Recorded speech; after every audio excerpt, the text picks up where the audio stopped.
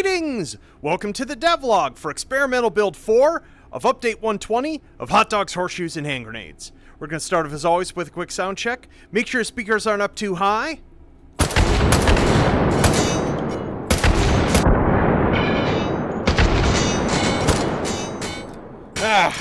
Wonderful. Would have been more wonderful if we had finished them off. There we go. So what have we got for you this week? Well, I have been continuing to work away on taking hold on custom content loading, and along the way, decided to actually finish something that I started, as there had been a whole bunch of requests for it. So let's just go ahead and dive right in. It's the ammo counter, which has gotten a significant upgrade this week. Let's grab ourselves a gun to pop that on. Let's grab ourselves a magazine. See what we can do with our ammo counters now. So the first thing is that this now has a full-blown interface like the reflex sights and the scopes, so that it's easier for you to do things like change the color on it. All the settings for the ammo counter are now saved as well. Should have done that right out of the gate. We've got some other options. We have the ability to have a different typeface on it. I have put 5 in total. There's the digital default. There's this one called Air Bomb, which I think just looks very, very classy. We've got Agency, the classic 3D artist. I'm not familiar with typography. Font to use. Impact, which is super bold. And just because it's utterly cursed, some Comic Sans. So there you have it. There we go. Wonderful. Let's go ahead and pop that in there. I love it just filling up like that. So the other thing that we have going on here is we have 2 new settings for you to tweak the behavior of it. Let's give ourselves teal here. The first of which is called the interval. So we've got 2. We've got interval and we have frame delay. Frame delay is literally the frame rate of the ammo counter. It defaults to basically 50 FPS or so. If we turn this up to say 0.06, fully automatic. Oh, that's still going surprisingly fast. Oh, there we can definitely see it count down and count back up. If we turn the frame delay up even more, it takes quite a long time to adjust to large numbers, and that's because our interval is set to 1. So if you wanted a lower frame rate display with a higher interval, you can do that. It all depends on just like what aesthetic is right for your gun. I know some folks, when you put the ammo counter onto like a gun with like 200 rounds in it, even at the sort of default settings, it can take a little too long to update. So you can now actually set the frame delay even lower. This is basically 1 frame per drawn frame. And if you wanted it to be even faster for, let's see here, let's pull out. Oh, well, where would be a very high capacity mag? Yeah, there we go. Let's pull out something like this, that even at that interval is gonna, at our fastest frame rate, takes a little over a second. We can also turn the interval up to like 4, in which case we're gonna get significantly more responsiveness. So it's whatever you want. And then of course the thing that folks had asked for repeatedly, you can now mount this at any orientation, and it automatically, well, not any orientation, 4 different orientations.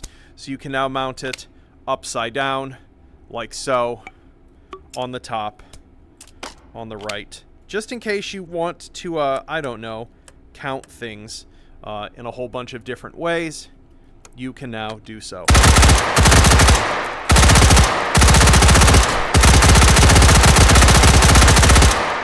Wonderful. Absolutely wonderful. So, hope you folks enjoy that. The next thing that I want to go over is I had debuted a feature last week for making looting more interesting, not just in Taken Hold, but in any mode in the game where Sosa guns exist, and it was not quite complete. There were a number of problems with it that I believe I have fixed pretty much all of from a balance standpoint. So let's talk about how this works in detail. So the first thing to understand is that if we have, if you didn't see last week, the way this basically works is if you have a Sosa gun and you have a regular gun, and this includes in your quick belt, though it prioritizes the one that you hold, if you click down or AX while holding this, it will scavenge this Sosa gun into ammo for this. And it will do so based upon, as I said, what you currently have. So right now, in my hand and in my quick belt, I have, let's just double check here. This is this is a 20 round. So what this should do when I click down is it should give me a magazine that is no more than 20 rounds. So in this case, we got a 20 round Stanag, but if we do this a bunch of times, it might give me a 10. So it's going to give me a random compatible ammo object, and very importantly, it's going to do so only up to the amount of ammo that this gun has in it. So if I fire 1, 2... Okay, this should be mostly empty. Let's see here. Click. And 1, 2, 3, 4, 5. Yep, that only had 5 rounds in it. So it should no longer be the case that, you start taking hold with a rifle with a 10-round magazine, and then you pick up a Sosa gun, AKM, and bam, you've got a 30-round magazine for your gun. It will no longer help you advance past where you are in the tech tree, and so that means that the magazine upgrade and duplication station still has use. It is less use, but it still has use. And importantly, also, if you happen to have, like, say, this is... Let me pick a higher capacity pistol here. Let's get these things out of my inventory, just in case.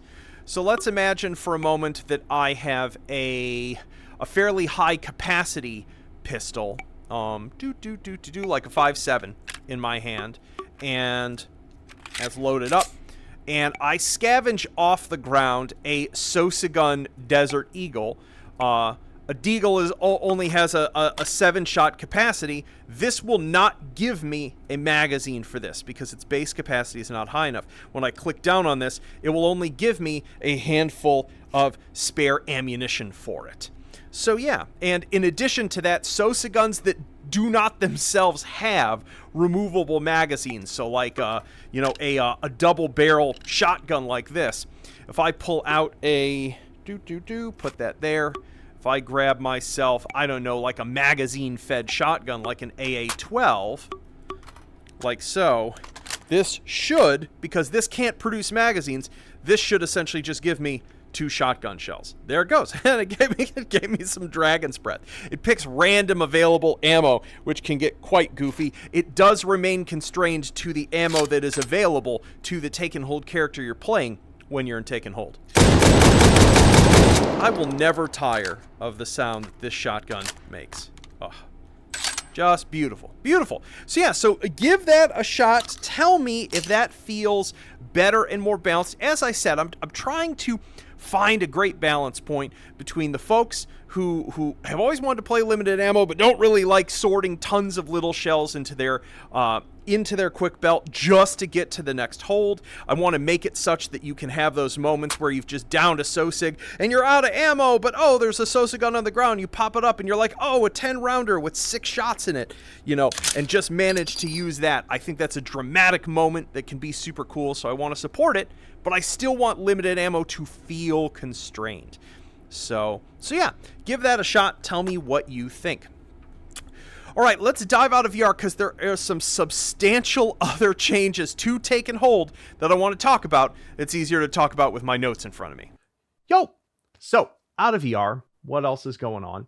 One of the things that I have done that I've meant to do basically since the last big tournament in H3's competitive scene was to do a rethink and a restructure of a whole bunch of the scoring in Take and Hold. I had changed a bunch of things back when Institution came out, and then there hadn't been a competition quickly after that, and so I'd always wondered how a number of those changes had what they had done. And the sad thing is that it had created a bunch of sort of like not terribly fun metas when trying to chase a higher score. And so an example of this is that there is a no alert bonus that has been present that basically encouraged you to play the game only in one way, which is very, very slowly, because that alert bonus was so significant that you had to take every single hold point. You had to crawl the hallways. It slowed the whole game down and made it way less dynamic.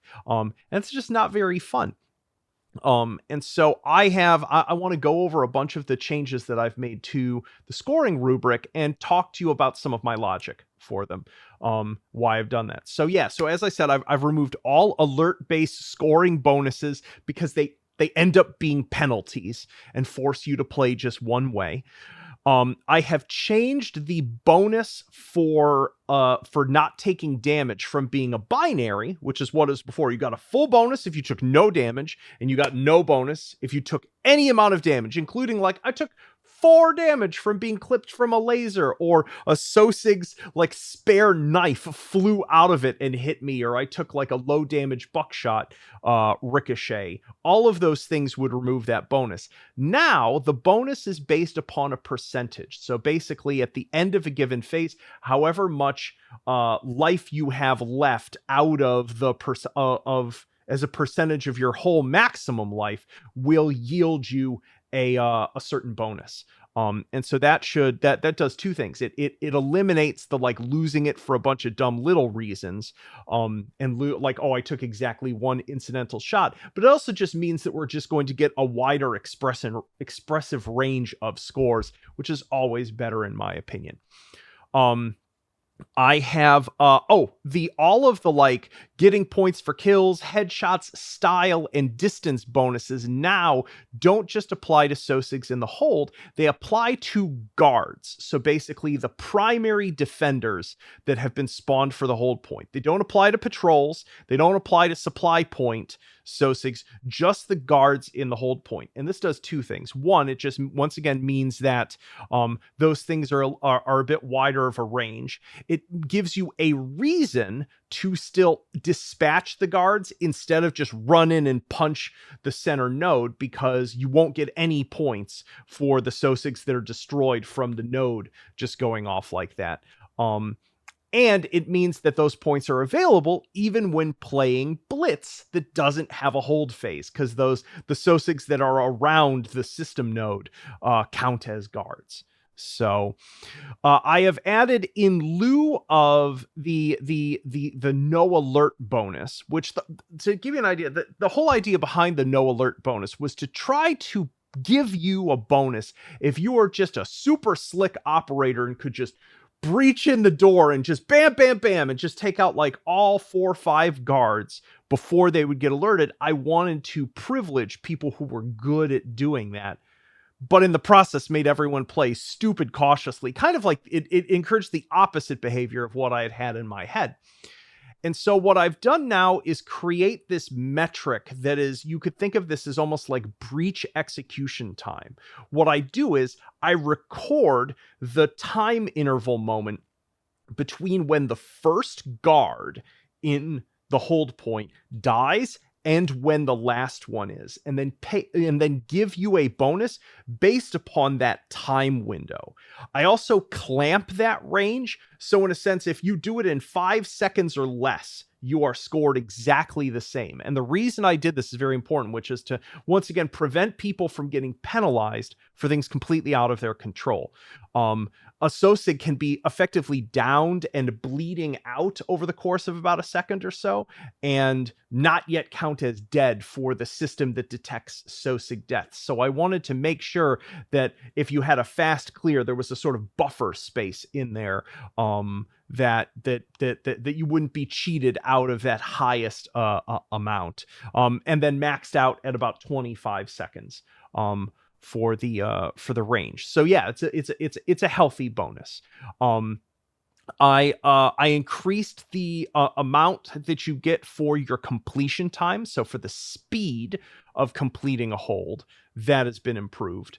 And I also I also removed the kill. It ended up, it's funny, I need to update my notes. So yeah, I removed the distance bonus as well, because it ended up being this silly thing that, like, in the large holds and institution, you were encouraged to basically just run to the furthest back corner of the hold and just play it statically from back there, because you get the maximum amount of points for each kill you got, which, again, like, I want to encourage people doing cool and interesting things. I don't want to create a situation where, to get a high score, there's only one way you can handle things. That's just collapses a possibility space. It's sort of antithetical to a roguelike. And obviously, like, Take and Hold is a game that is in tension. It is very difficult to make something that is roguelikey in the ways that matter, that have a possibility space, interesting randomization, things you have to improvise off of, while also making something that can be played competitively. And so I'm always trying to find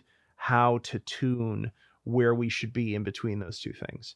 And then I inflated the sort of base hold completion score as well, so that new scores slowly supplant others. I always prefer doing that instead of wiping the boards. Because I don't have, it's like the Steamworks scoreboard system, and there's like 10,000 boards. There's no automated way to clean them even if I wanted to.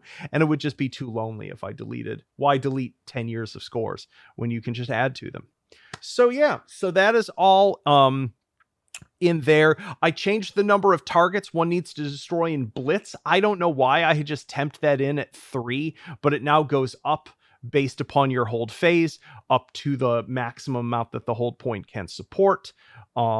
And tweaked a bunch of the sequences in Institution, thanks to Mr. King. So yeah, so that's everything.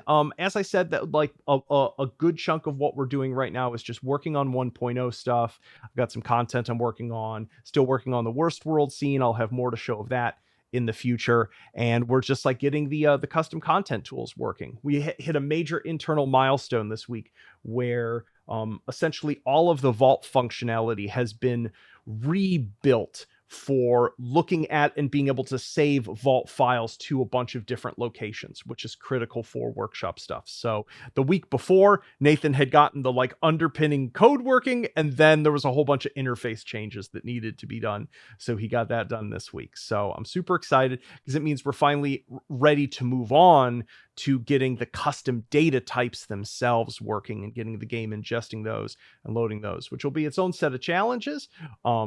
But probably like easier than what has come before. So cool. All right. And with that, it's time for our favorite segment of the week. It is time for Hot Dog or Not Dog, where we see what else we can put on a hot dog and see if it's good. This one was inspired by, honestly, a little while back, I took a trip to the Midwest. I was in Chicago for a bit, utterly fell in love with with Portillo's. I'm glad I have access to a Portillo's, because I go every day. But both the Chicago hot dogs and having an Italian beef. And I was thinking, an Italian beef, which is typically just, beef on a roll with gardeniera. I think I'm pronouncing that correctly. Sometimes dipped in a jus. But I had seen someone just been like, what if we just put gardeniera on a hot dog? So that's what we're going to do. In case you don't know what this condiment is, condiment topping, I don't even know what you would exactly call this. We'll just call it a topping. But yeah, so it's pickled vegetables: cauliflower, carrot, celery, peppercini, red peppers, and jalapeno, a little bit of red wine vinegar, a bunch of spices. So we're going to I've got a spoon here. We're just going to pile this on top. Truth be told, if I had planned ahead more, I would have absolutely gone out and gotten some beef gravy to also dip the hot dog in. But this will have to do. Put a healthy amount of that on there. I'd probably put a little bit more of this if I was having an Italian beef. But then again, an Italian beef, proper Italian beef, is like the size of a football. So here we go. Hot dog or not dog. Gardeniera. Let's see how this is.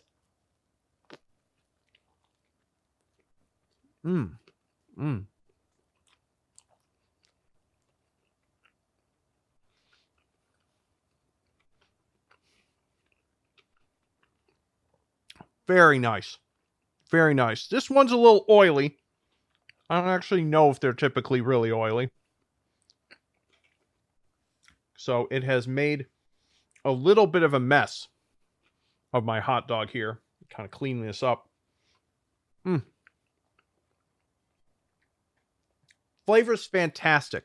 If I've learned one thing from doing this as a whole, from this hot or not dog sequence, is that by and large, if I have a topping that has some vinegar in it, that is going to have a very, very high likelihood of working well.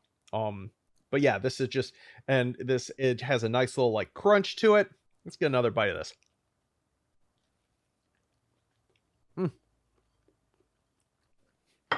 Strong recommend. Strong. That is definitely a hot dog.